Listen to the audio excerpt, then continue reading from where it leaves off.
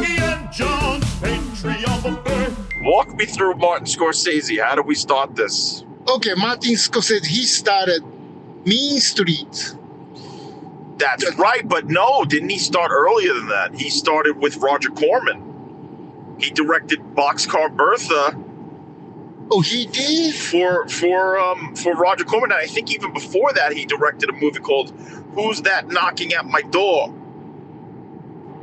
with Harvey Keitel. It was a feature film. Right, before De Niro, Harvey Keitel was his first guy, huh? Like Mean Street and Harvey Keitel. So Mean Streets has Harvey Keitel and De Niro, but that was not his first feature. He did, yeah, I think "Who's That Knocking at My Door" was his first, which I haven't seen. Here I saw it, and then there was a film festival, like a student film festival. So I saw a bunch of, those guys' student film, like Scorsese, Spielberg's Early work. called Ambly. That's why he named his production company Ambly. Right. After the short film, this boy and the girl, they just hiking. That's Ambly.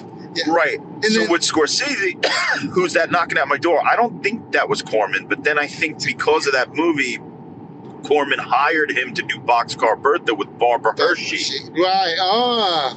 which was pretty good. It's an exploitation movie, but it's a good movie. It's well done. But it's so I heard a story that he was going to do a movie called "Escape from Devil's Island" for Roger Corman after Boxcar Bertha, and then John Cassavetes talked Martin Scorsese out of doing it. He told him, "Don't work for exploitation directors. You're never gonna, you're gonna get trapped in the genre world, and you'll never do what's in your heart." And that's what convinced Scorsese to do Mean Streets. Oh. And Mean Streets is really personal for Scorsese, right? So, without John Cassavetes, we may not have had the Scorsese we know. Oh.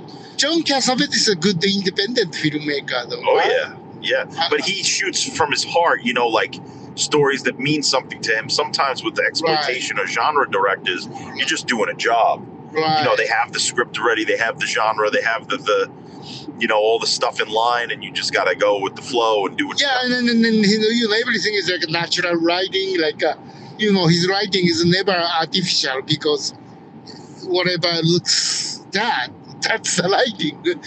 Right. Yeah. So, even before his feature work with Scorsese, you ever see some of his early work? There's a short movie he did called The Big Shave.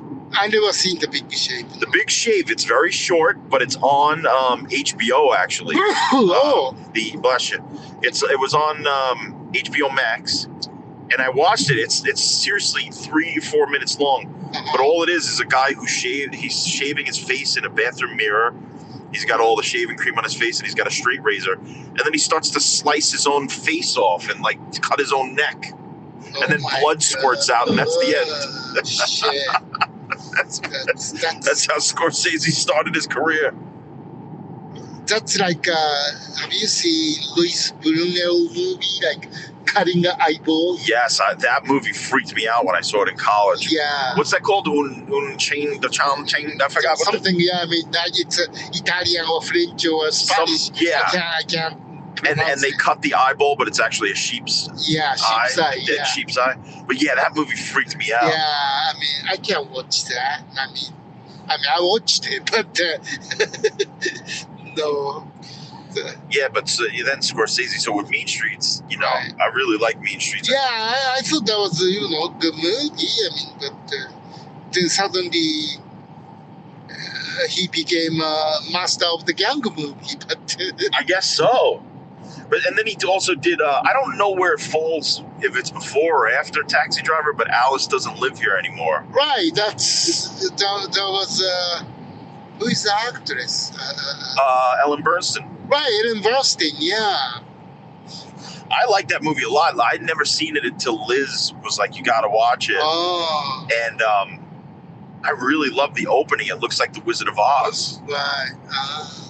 Where it's, it's done on a studio set. And Right. I read that they weren't going to give him the money to do it. I think around that time, Alice doesn't live anymore, or Harry and Tom, those 70s, Yeah. those new directors, those guys coming out time. Yeah. Wait, Tonto, what was it called? Harry and Tonto? Harry and Tom, yeah. Who directed that one again? Paul Mazursky. Right, Paul Mazursky. Right. I like that movie too. Yeah, that old guy, with the cat and then traveling. That's a cool movie. Yeah, no, the 70s, they all came out. Yeah. Made some crazy shit. And then, the De Palma coming out with Carrie. I think original Carrie is the best. Oh, yeah, by far. Yeah. But then, so Scorsese, what do you think? You think he really came into his own with Taxi Driver? That was like the one that put him on the map? I think so, because the nominated, the this and that, right? That was his start. I mean, that's how he became. How he became recognized by the Academy and stuff. Yeah. So then maybe Taxi Driver was before Alice Doesn't Live Here Anymore. I'm getting it confused, and I think Alice Doesn't Live Here Anymore is after. Is after. After. Okay. Taxi Driver, I think. Yeah. Wow, that's interesting. So you have some thoughts on Taxi Driver that we touched upon in the past, but why don't you kind of explain to me what you thought about Taxi Driver and your theories about it? I thought, I can't really tell what point, but I think that that story is a realistic part and then fantasy part happening in his head. I think in some point, movie shift. I mean, I have to see that again, and then clearly ending, I think that's in his head. The final scene. Because I thought, to that point, I thought he's dead in that apartment when after a gun shoot happened. He was all blood and blah, blah, blah, and then Mohawk. But the ending, go back again, meeting her, and his hair is already grown up and he's already recovered. Like, oh, wait a minute. I thought he's dead. So I still can't figure out, okay, if that's in his head, which part is in his head? Like, what are we looking at? The normal look is reality, the whole thing was in his head. Or whole movie was in reality, then what we're looking at, his normal look is in his head after he died. So I think, it's kind of mixed up and some reality and then fantasy happening in his head, crossover, or maybe back and forth. And then I think, my judgment was a hairstyle. And that somehow when his mohawk comes, that's in fantasy world? Yeah, I think mohawk part is fantasy part. Everything happens in his head. And then normal hair, the rest of the part is reality. Really? Yeah. But even the end scene, you think is though fantasy?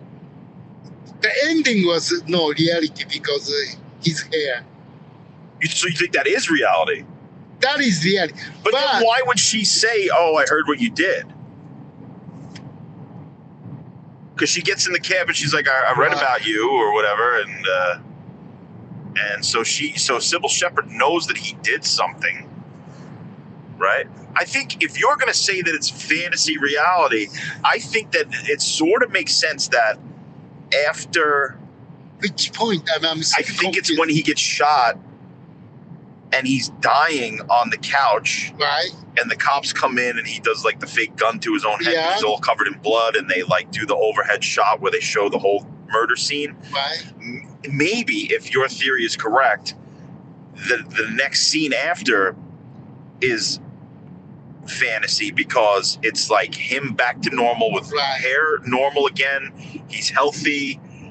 He gets a letter from Jodie Foster's parents thanking him. He's not in jail for killing people. He's out on the street as a hero. So that's a fantasy then. I think that the very last few minutes of the movie might be a fantasy. And then Sybil Shepherd magically finds his cab and gets in and said, "I read about you," and basically is calling him a hero. And then he like gives her a free ride home, and Or maybe that may be true because when that shot an apartment from the above, that God's eye looking at him, so he's dead. Right. That's like the dead. That's like his body leaving. Right, body leaving in the ass. So then ending is fantasy.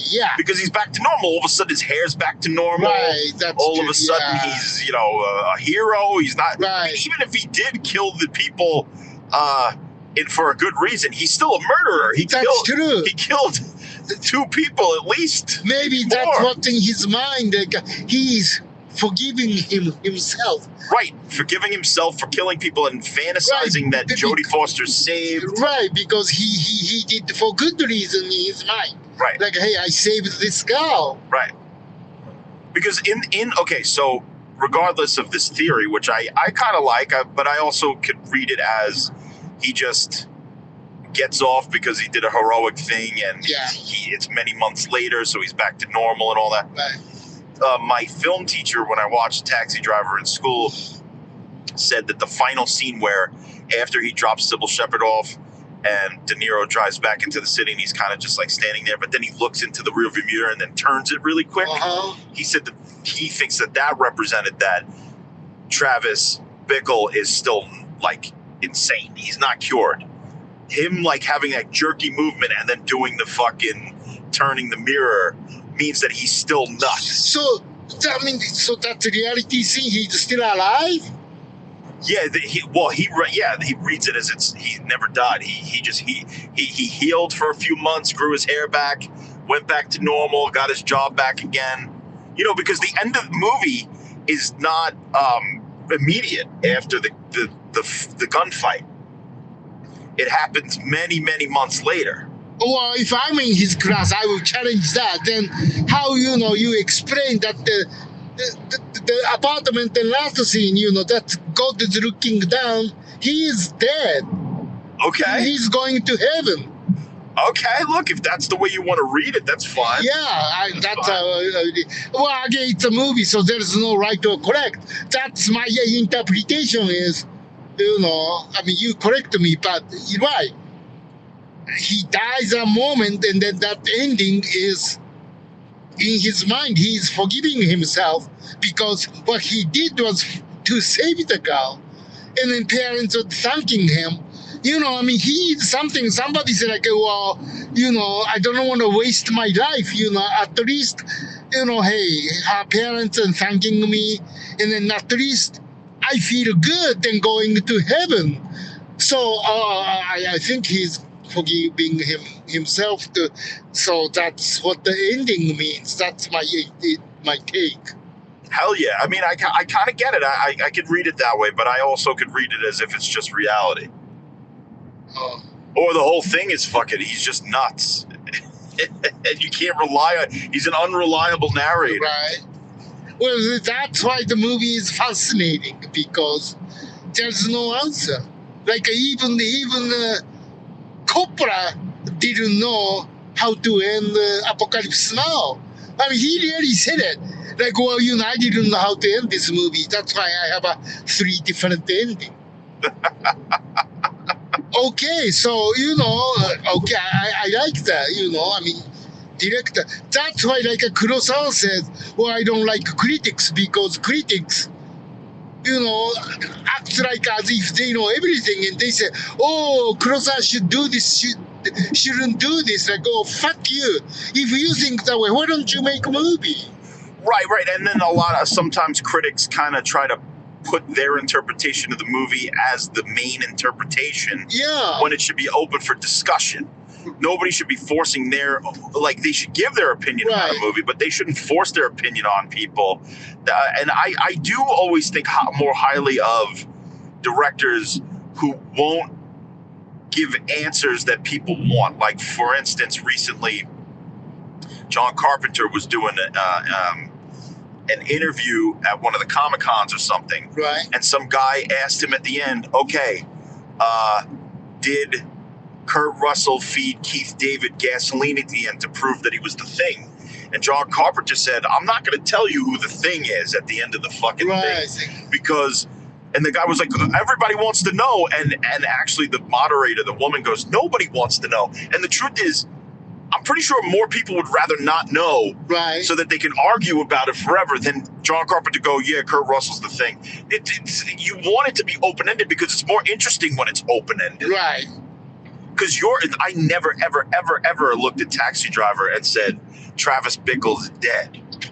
But now that you've said that, that's an interesting way to look at the movie. And now I'll revisit Taxi Driver with that in mind and say, wow, wait, maybe there's a hint earlier, or maybe I'll watch it and I'll reject your thesis and I'll come up with my own. Right. But that's what makes it more interesting. Yeah. So that's cool, Yuki. I like that theory. That's why, I don't like go see the movie screening and then Q&A after the movie. I never stay because I don't know what to talk about. I don't know here. Even the director says, no, I meant this. No, I don't care. This is, you shot this way, you meant it one way, but no, I didn't see that way. So I have my own interpretation, and then the director says, Yuki, that's wrong. I don't care. Right. That's why I never stay Q&A. No. You don't listen to the Q&A? Well, good example, one time I did the show at the East West, right? And then I did the set design, and then I kind of good review, and then the reason I did was, the budget reason. I didn't have enough money to do it, so I gather scratch from the storage, then I just did it. And then critic says, well, that's a good concept. What Yuki did was blah, blah, blah. Like, fuck you. The reason I did was because I didn't have enough money to do it. So I gathered the scrap and did that way. Then you saying my concept was fantastic? Fuck you. You don't know shit. Well, what did you want him to say? Yuki's a cheap bastard who made No, what I mean is instead of explaining his interpretation, but he's saying, this is great because what Yuki meant was this. Like, no, I never meant that way because the reason I did this way was I didn't have enough material. Oh, so he actually said Yuki Nakamura. Right, he thought I meant to do that. Then he said, oh, his way of creating a scene is working for fuck you, no. But shouldn't you be happy that he gave you a good compliment? Right, good, but on the other hand, that's why I don't read the critics or review, because their interpretation, if it's his interpretation, I appreciate, I accept it. That's how he sees it. I see. I didn't think that way, but some people think that way. But he shouldn't say this was Yuki's interpretation. Exactly. That's what I'm talking about. Oh, so I see what you're getting at. So if a critic goes, Scorsese meant blah, blah, blah, instead of saying, I think Scorsese exactly. meant. Yes. Yeah. So that's bad criticism, is when the critic speaks for the director instead of speaking for themselves. Right. That's why Kurosawa used to say, oh, I hate the critics because instead of talking about the way I did, they said, oh, Kurosawa shouldn't do this, Kurosawa shouldn't do that. So he's pissed, like, oh, fuck you. If you think I shouldn't do it, you make a movie. Right, okay. All right. So I think there's a difference. So I think your interpretation was somebody's interpretation. I respect that, okay? that's how you see it. That's one way to look at it. And then if 10 people see same thing, I want to hear 10 different interpretation instead of someone says, oh, everybody says this is what Scorsese meant, or this is what Spielberg meant, or whatever. This is what John meant. No, I don't want to hear that. Okay. That's fair enough. Right, that's why, to me, it's fascinating. 10 people say, different interpretation, or 10 filmmaker direct one same script, but 10 different movie coming out. Yes. Right? That's what fascinating about the movie. Yeah. Well, my father once was like, wouldn't it be amazing, because he had an idea for a movie, and he goes, wouldn't it be amazing if I wrote a movie, meaning my father said this, and he said, I wrote a movie, and then I had Martin Scorsese direct a version, Quentin Tarantino direct a version, and then somebody else direct a version, 3 different directors directing the same script. And I thought that was a pretty good idea, because each different director taking the same script and the same story and the same characters would all do it totally different. So that would be a cool experiment to do to watch. Yeah, that's interesting. Even if it's just 2 directors, like 2 big directors, and even if it's a short movie, take a short concept. That's why you ever see this movie called, I think it's called The 12 Obstructions or The 5 Obstructions, something like that. I think it's The 5 Obstructions. Right. And it's Lars von Trier, who, you know him, right? He, the guy who directed like Nymphomaniac and Antichrist and all that stuff. He takes another director, I forgot that director's name, but he gives him challenges like that, where he goes, all right, I want you to take this script and I want you to set it in a prison. All right, I want you to take this script and I want you to set it at a birthday party. So the director has to direct the same short movie multiple times with different little tweaks that Lars von Trier gives him. It's a fascinating documentary because you get to see how a director changes his vision based on little tweaks or little obstructions that he might have. Like, okay, you have to make this certain thing, but it has to have this prop in it. You know what I mean? It's a cool documentary. So that I think that would be cool on a grand scale to get 2 directors to direct the same fucking thing. Why don't we do this, like, make like a 5-page short script and then let the 2 directors direct the movie. Then see what happens. We show one frame and then two movies having at the same time. Yeah, that's a good idea. But I wonder if anybody's ever done that. I don't think anybody did. I mean, look, we've seen almost everything and we never seen that. So pretty much nobody did. Yeah, I haven't seen it where it's the same script directed by the same... No, different... 2 different directors or more. No, I never see that, no. I mean, even 5 minutes, that may be interesting. Same script, 2 different directors. Multiple directors all doing that's a cool anthology idea. Yeah. Call it Same Script, Different Day. Yeah. The most stupid thing, the remake of The Psycho, I thought that was a stupid thing. They used the same script, and then they pretty much did the same. Okay, so this is my thoughts on it. I think that a lot of remakes should use the same script. I think a lot of the times when you remake when they remake something, they rewrite things and they make it worse. Where the problem with the Psycho remake was that he did a shot for shot. Yeah. Where he should have taken that script and then just did it the Gus Van Sant way. Right. But no, I mean, everything was same thing. Same exact thing. Yeah. But I would love to see a remake of a movie that wasn't so well directed but had a great script. Actually, you wanted to talk about Rolling Thunder. Recently, Quentin Tarantino, he claims that the final scenes in Rolling Thunder, the original version that Paul Schrader wrote, is way better than what happens on screen.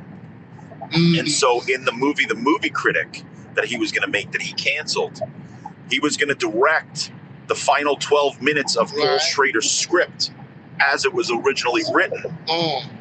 So I think that would have been amazing to see, because the original script had to Tarantino a better ending.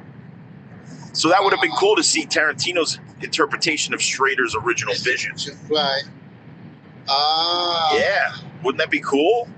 If Tarantino did, I mean, look more violent and more blood, probably. You never know. I mean, maybe more violent, more blood, or maybe there was something about the final scene that the two characters had even deeper. Because I love the end of Rolling Thunder, where they just walk right. And Tommy Lee Jones is like, "Let's go." He doesn't even question it. Right. And then they go on a fucking killing spree. Now, maybe there's something more with the characters. Maybe there's a twist. Maybe there's something in the original ending that Tarantino saw. Right.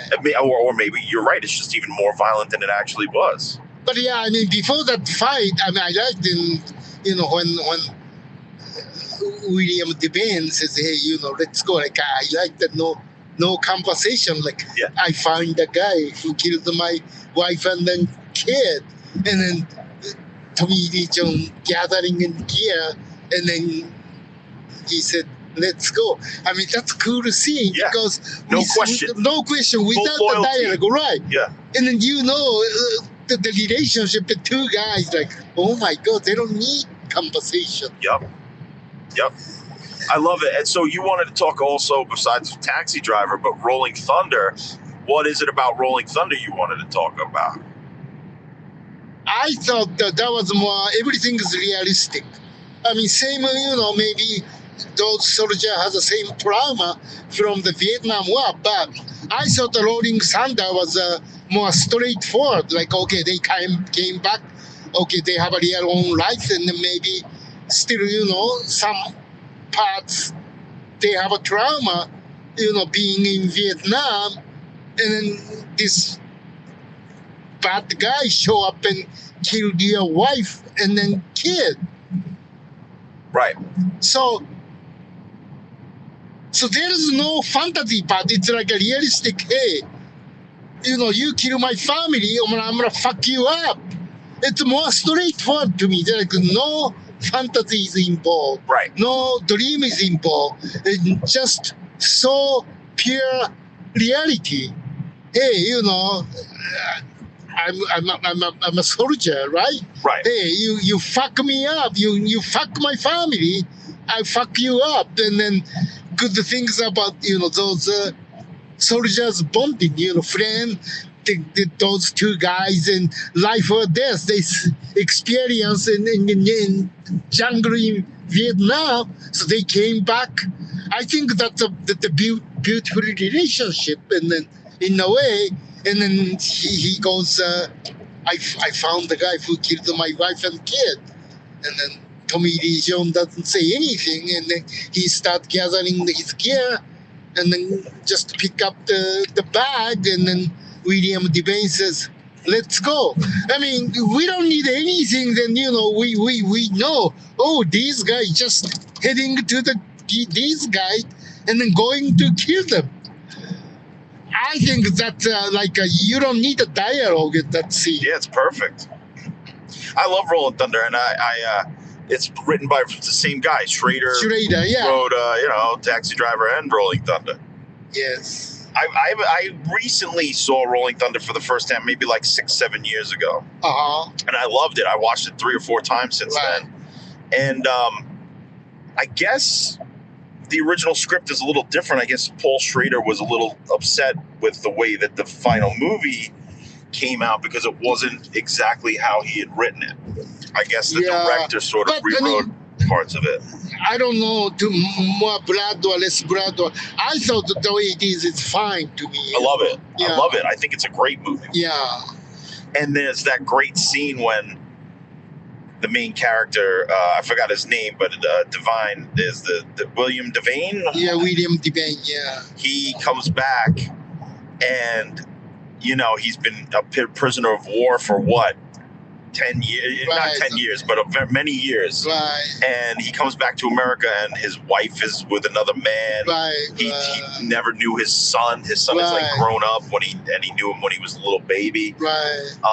And so he's like re-meeting his son and his wife, but his wife is with another man, and the man is kind of like straightforward with him, and so is the wife. Like, you were gone, we thought you were dead. Right, what are you supposed to do? What am I supposed to do? Yeah. So then there's that scene where he's in his garage, like kind of drinking beers, and just kind of hanging out, and the wife's boyfriend comes in and just tries to have a conversation with him. Right.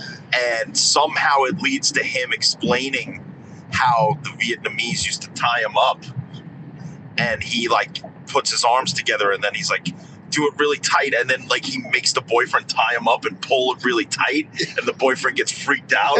Oh, that was a great scene. I just thought it was so, because then it like flashes to him in Vietnam and shit. That's great. And then the girl in it's really good too. The one that he meets from the bar. Yeah. She's a good actress. She's not famous, right? But, no, I don't think she did many movies. And then I like when they go, oh, this is again, you know, it's not like Travis no more. It's just put in, you know, army uniform, or, you know, they just, I don't know, it's just, hey, you know, we're soldier. Right. So it's kind of, it's very formal way to be a soldier. Yeah. Then, you know, put the, not even those camouflage uniform. It's like a real, you know, right? Yeah. I mean, that's like, I don't know, it's so proud to be a soldier, and then proud to be go in Vietnam. Like, I don't know, it's just appreciating, you know, those guys, you know, doing the Vietnam thing and come back. Right, because Taxi Driver Travis Bickle, they say he's a Vietnam vet. Right. But I read somewhere that maybe Travis Bickle is stolen valor, that he never really went to Vietnam, and he's just wearing the jacket and faking that he was a vet.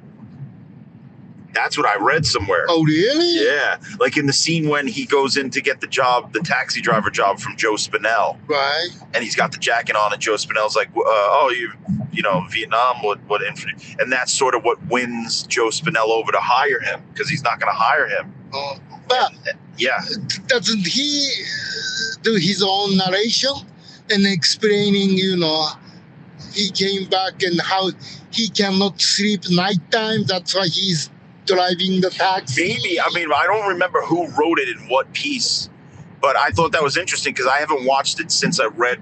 I have to figure out who wrote that, but I haven't watched it since I read that, and I haven't really looked at the evidence of it. But if that's true, that would be an interesting thing, because Travis Bickle is so nuts, right, that maybe he did fake that he was in Vietnam. But maybe not. I mean, I don't know. I have to look at it again and see if that holds true. But it would make more sense that he was. Because Schrader, I think the reason he wrote both Taxi Driver and Rolling Thunder Vietnam based is because, I mean, the world was rocked by Vietnam, and he was of the age where he was really affected by it. And then both 70s movies, so just like about 10, not even 10 years, maybe 8-9 years after Vietnam War ended, like what, 69? Yeah. So, or 70, I don't remember exactly when. Right, but somewhere around there, so.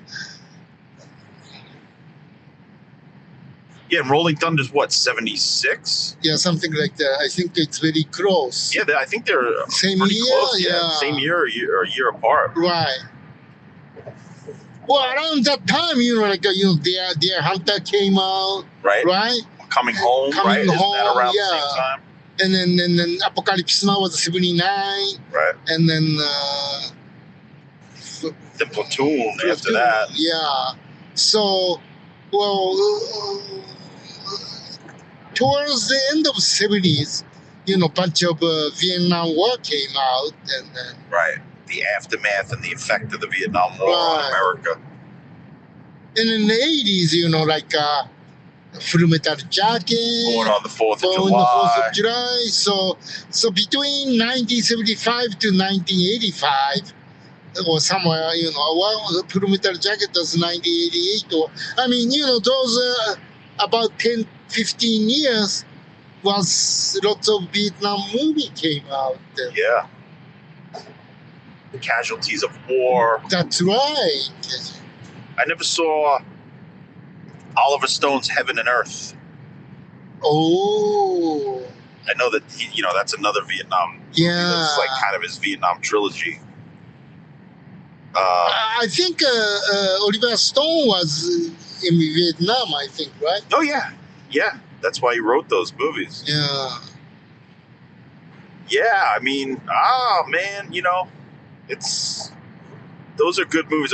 Now you're making me want to watch Taxi Driver and Rolling Thunder in a double feature. Yeah, that would be a cool thing. Yeah. It's totally different way. I mean, could be same subject, the guy with, the Vietnam War trauma. But I mean, one is kind of fantasy, but one is totally realistic way. So, Yeah. I don't know. the other reason is because the taxi driver is so big, because the kind of opening when taxi shows up, there's a fog there. So as if, the taxi is floating and then showing up on screen. So I don't know now. Coming out of the fog. Yeah. Yeah, I don't know. I mean, so also though a lot of is from Travis's perspective, and he is not all there. He's not all there, Yuki. Maybe whole thing is a fantasy. Maybe. Any other thoughts on Taxi Driver or Rolling Thunder, Yuki? Well, maybe, Jacob's Ladder. Oh yeah, that was another Vietnam movie. Yeah. But I thought that movie was a little more sci-fi. Yeah, definitely. They had some horror. Sci-fi look, or subject-wise, it's kind of, Scary demons. Yeah. Yeah, so I mean, look, maybe a Vietnam War marathon movie. Yeah. Or, like Pork Chop Hill, Hanoi Hotel. There are a bunch of Vietnam movies. Oh, Pork Chop Hill was a Vietnam movie? I thought so. I mean, there was a Pork Chop Hill in Vietnam, no? I mean, there's... No, I just don't remember. I saw Pork Chop Hill when I was really young. Oh.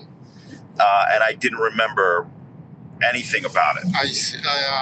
I don't remember. I mean, I saw the movie, but I don't remember. Yeah. And then what was that? What did I say? Something? And then, of course, Channel Missing in Action 1, 2, 3. Oh, fuck yeah. Rambo. Yeah. Rambo, yeah. Rambo 2. Yeah. Well, First Blood, he came back from Vietnam. Yeah.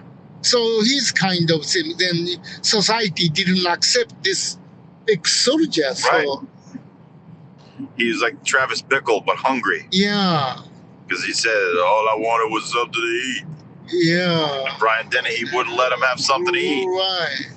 Brian Dennehy should have just let him have some eggs and chicken and steak or whatever the fuck he Right. wanted and walked out of the town. Son of a bitch. Yeah. I can't remember any other Vietnam movies, but yeah, man, fucking Vietnam. I don't know. I'm glad I wasn't alive for it. Yeah. What did you say? Vietnam movie? Hamburger Hills? Hamburger Hill? Yeah. I don't remember, Yuki. I don't know if remember either, but. I don't know if I saw that. Wait, Pork Chop Hill? And Hamburger Hill? I don't know. Maybe I'm mixing up. I think you're just hungry. You've been asking about dinner since before breakfast, so I think now you're just making up titles Okay. with food in the title. What about Hot Dog Hill? What about Burrito Hill? Chicken shit. steak, fried steak Hill? Shit. All right, Yuki, what else, man? Anything Taxi Driver, Pork Chops? Let's see. What's another Vietnam movie? I'm so fucking tired. Oh, The Coming Home? I mentioned Coming You Home. mean John Voight. Yeah, John Voight. Yeah, okay. You know what part I hate in Born on the 4th of July? Yeah. When he's like with the prostitute and, obviously his penis can't work. Right. And then he gets really drunk. And then his friend comes in. He's like, "What's your problem?" And he's like, "This is my problem." And he rips the fucking catheter out. Where it's that really disturbed me when I was a kid. I went to see that movie with the girl. She walked out that scene. The scene where he pulls the catheter out? Yeah. You're kidding me. Yeah, I thought that she went to the bathroom and then she never came back. So after the movie, I went out and she was waiting for me in the lobby. You're kidding me. That's there was like an hour left in that movie. Yeah. So you didn't go check on her? No, I said, well, first of all, if you do that, you should tell me. Well, yeah. I thought you went to the bathroom and then I'm not going to leave, I'm watching the movie, so. It's a disturbing scene, especially, when I saw it, I was maybe like 9. Oh. That freaked me out. I was like, what the fuck? Why am I watching this movie? It's just like so hard to watch. Yeah. Because with Platoon, it's a harrowing movie and everything, but it's also sort of, there's action. Right. And there's gunfights and there's funny moments and stuff. Born on the 4th of July doesn't really have a lot of humor. It's like really hard to watch. All right, I guess that's it for we're 8 minutes away from our hotel in Florida. Yeah. We've been driving for 25 hours from New York to Florida. Okay, then quick thing is, then the Scorsese did a bunch of gang movies, Casinos and Gangs of New York and then Irishman, which I didn't like much. And then, what else? Goodfellas. Goodfellas was kind of good. And then, what was that? Jake LaMotta, the boxing movie. Oh, Raging Bull's a Raging masterpiece. Bull, yeah. I love Raging Bull. No, we didn't really talk about Scorsese this time because we started on Scorsese, but then we kind of got into Taxi Driver and Rolling Thunder. Then Vietnam movies. And then Vietnam. So we'll have to do more of a deep dive on just Scorsese one time. Right. When I'm less tired. Right. And then, the Departed, he won the Academy, but which shouldn't be. Yeah, I like The Departed, don't get me wrong. Right. But the movie I thought was way better than The Departed. That the original movie, right? Infernal Oh, well, Affairs. yes, absolutely. Infernal Affairs is way better than The Departed. But no, I think Wolf of Wall Street is way better than The Departed. Oh, really? Way better. No. No. I've watched The Wolf of Wall Street like 3 times now. That movie is fucking hilarious. Yeah, That well, maybe movie it's is too comical, funny. so I wasn't. And then, of course, I didn't like Cape Fear. I didn't like Shutter Island. Oh, what the fuck is wrong with? Well, no. Okay, Shutter Island, I agree with you on. Right. Weren't we talking about Shutter Island? Yeah, I think we did, huh? Shutter Island's twist is trash. It's trash, yeah. If you have a movie where everything happens in somebody's head, fuck you. Yeah. Go fuck yourself. Exactly. Because I watch a whole movie, and then all of a sudden at the last 5 minutes, you go, oh, yeah, none of what you just watched mattered. It was all fake. That's trash. It's fucking... Well, why the Shutter Island doesn't work, and then why Taxi Driver works? If it's Because Taxi Driver, it's not explicitly stated. Somebody doesn't come over and go, Travis Bickle's dead, and then like it dissolves into his dream. You know what I mean? Like it doesn't tell you.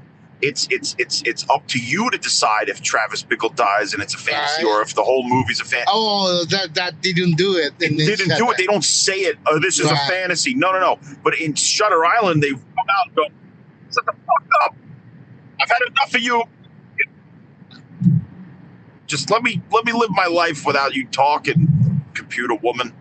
But yeah, no, they don't come out and say it was all a dream, essentially. But in Shutter Island, they do.